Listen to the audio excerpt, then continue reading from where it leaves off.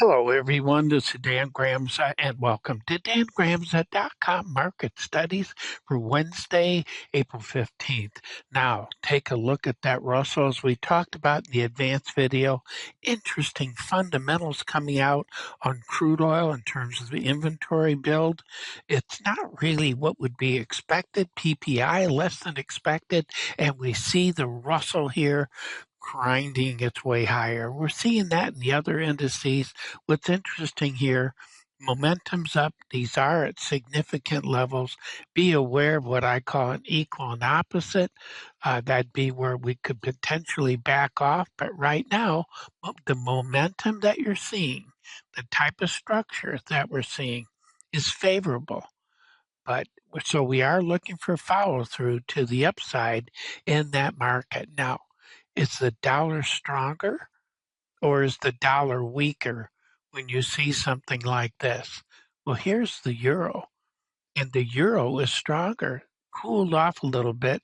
Look for an inside to higher movement in that market. This could also be an equal and opposite.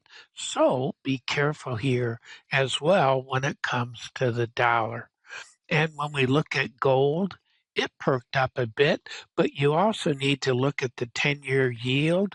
That backed off, so prices for the 10-year notes were stronger, and it's reflected here. But big challenges ahead.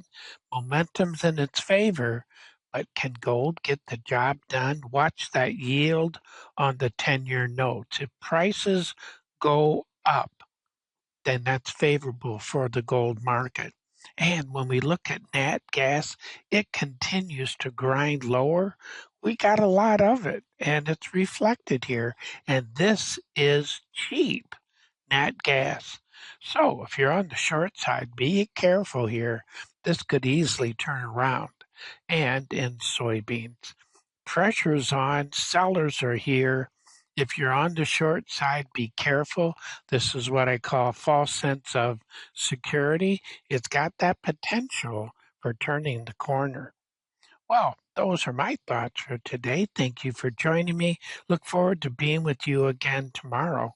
In the meantime, take care.